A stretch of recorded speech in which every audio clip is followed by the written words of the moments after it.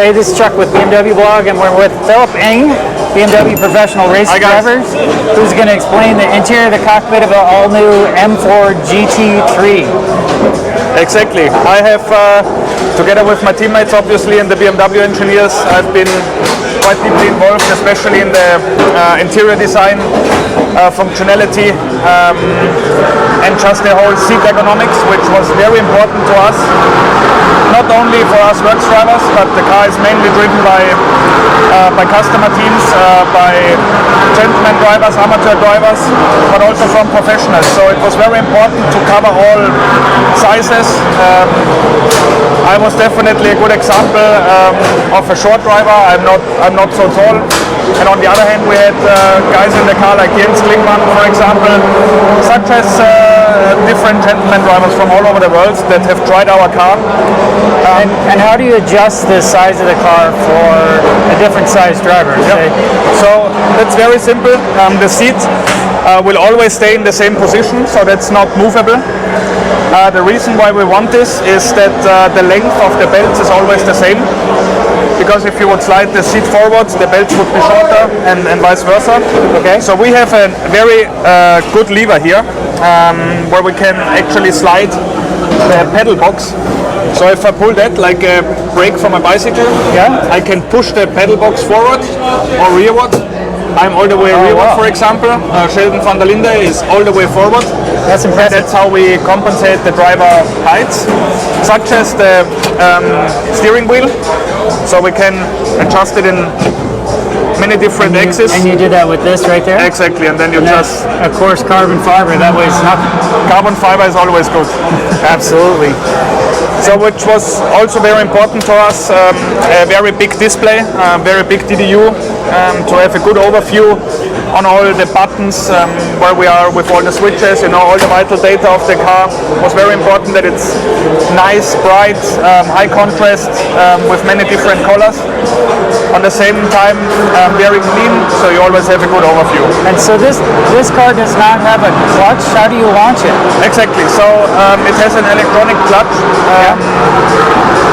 So we basically, like in a Formula 1 car, have two clutch levers on the bottom of the steering wheel, left and right. And the system is very clever. So when I want to launch out of the pit lane, I just pull the clutch. I go fully on power, and I don't need to modulate the clutch. So I just dump the clutch. Nice. And the car launches in the ideal, with the ideal torque. So we don't have excessive wheel spin. And if I just, for example, go out of the garage, I pull the clutch too. I put some percent of throttle input, like 10% maybe. I just let the clutch go, and the car launches slowly and nicely. So. And does it have a pit limiter? Does it helps you not speed in the pits? Yeah, this is the pit speed limiter, which is right here. So if we press that, the car only does 60 or whatever is allowed in the regulations. And this clutch is very cool. It's almost impossible to spin. We also have an anti-stall system. So when the car realizes that the revs drop too dramatically, it just auto-clutches in. Very cool. Then another very cool feature which was important to us, because we have a few rotary buttons. We have many buttons on the front of the steering wheel, such as those two thumb wheels. It was very important to us that we have upshift, downshift, but also if I pull the upshift, it's actually downshifting, and if I pull the upshift pedal, it's upshifting. So it's like a lever. So if you're going down the front straight, for example, and you want to change the wiper position, you do that, and you can actually shift up by pushing the downshift pedal. Wow. And that's fascinating. And is it true that this wheel would actually work on a simulator, a racing sim? Yes, 100%. At someone's home? Yes. So when we designed the steering wheel, we worked very closely together with the engineers of Fanatec. So we could basically decide the shape, we could decide how the buttons should be, And then when we launched the steering wheel in December 2020 at the BMW Sim Live, I actually drove the car to the stage, took it out of the race car and put it on the sim rig, and it worked just perfectly fine. Wow, that's awesome. So it is the same thing. Very cool.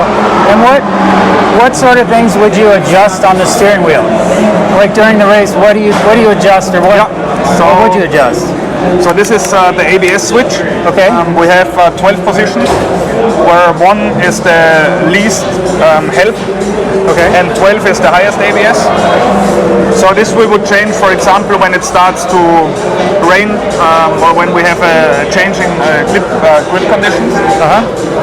This we would change, and up here we have the traction control, so we can adjust the traction control also in 12 positions. So at the start of the stint you would start in a lower traction control position, and once the rear tires degrade, you just go up, so you have more help from the TC and less slip on the rear end. And then how about when you get in the car, how do you start it? It is very simple. It's also the whole idea behind this car is just to make it as simple and as straightforward as possible. So if I jump in the car, the very outside is the main switch. Once I switch on the main switch, I go ignition on. Then if needed, fuel reset. So it resets the fuel to 0. And then the start button on the very left. So you always have the same sequence of buttons. And then what about that? What's that one for? Yes, this is the brake bias adjuster. So as you can see, if you turn it to the right, the brake balance goes to the front. So the front tires actually brake more than the rear tires. And if you turn it to the left, you have more brakes from the rear. And this dial tells you how much did I move from the baseline brake bias. So especially it's important for endurance racing, because it could be that your teammate drives a different brake bias than you. So you know that he moved, for example, 4 clicks forward compared to the baseline.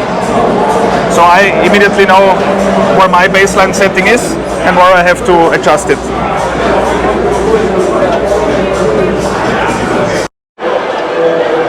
So now Philipp is getting in the other side of the car to show us what he looks at in the dash. So they had to start the car, turn the electronics on for us. This is the number of the car. This is where they fuel the car. This is how many seconds they've been fueling the car. And I feel air conditioning right now. Where's that coming from? Yeah, so we have, this was also a big thing in the design process of the car, to have good ventilation in the car and a good air condition. Because if your body is cool, the head is cool too. So we have a switch here where I can, to check here, we can adjust 6 positions. 6 is the highest ventilation, 1 is the lowest, and it really, there is very, very good circulation and also a very good airflow, and it's really cool air. So it really cools your body down, which is very cool if it's hot outside, obviously. Yeah, well, what about like this weekend? It's supposed to be pretty cold. Does it also have any heat, or is there just does the cockpit get hot anyway? Yes, it gets hot anyway, so we just turn switch the aircon off. Okay, fixes that problem. So you won't freeze when it's 30 degrees. But never tell the engineers, because it's always too hot in the cockpit. So true. That's so true. Another very cool feature, it is the Bosch radar system. Now we don't have the camera image because the rear bonnet is not connected to the car. But there is basically a camera in the rear bonnet, where we have basically a rear view camera, so you can see the image of who is behind you. But the real good thing about this system, because we are multi-class racing in IMSA, so many prototypes are overtaking us. There is a radar system in the rear view camera, so we can actually see how many seconds is the car still behind me and how many meters.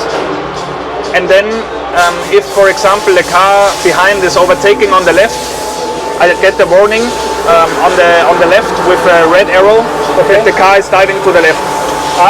So I have my mirrors, my outside mirrors, but I fully rely on this system. to tell you which way you think that they're going to go. So you guys don't both go to the same part of the corner. And especially at night, it's so important to have the radar system because you need to have an indication how quickly does the car behind you catch up, because at night you just see lights basically, so you don't really see which car is catching you or which car is behind you. Yeah. And that's exactly when the seconds and the meters come into play. So seconds on the right and meters on the left for how close and how fast they're coming at you. Yes, exactly. That's incredibly helpful. How long have they had that kind of system? For a few years. I think the first time we introduced it was in the M4 GT3, and it always works very, very well. So we are very happy to have it. Very good. What about what's on the floor by what you're on right there? There's a battery and then... Exactly, a battery, fire extinguisher. That is the weight box for the BOP weight. I see. So we apparently have quite some kilos in. Boo! Exactly. Then... and how did they determine that? Because this is the first race of the car, right? I mean, how did they choose that much weight? I don't really know how the system works. It's also, mainly down to the engineers to deal with that. My job is to focus on driving, to focus as quickly as possible. I just don't understand how it works. It's not my job. I try to focus forward. Very good. Very good. And then we obviously have many electronics down here, ECUs, all that sort of stuff. Very cool. So I'm happy that I only have to drive because the guys who are designing this are very clever. No doubt. And show me again how you take off that steering wheel. So you grab both sides of the collar and pull? Yes. So to take the steering wheel off, I just grab this ring and I take the steering wheel off. And all the electronics are disconnected and then they all go back. You see all those pins here?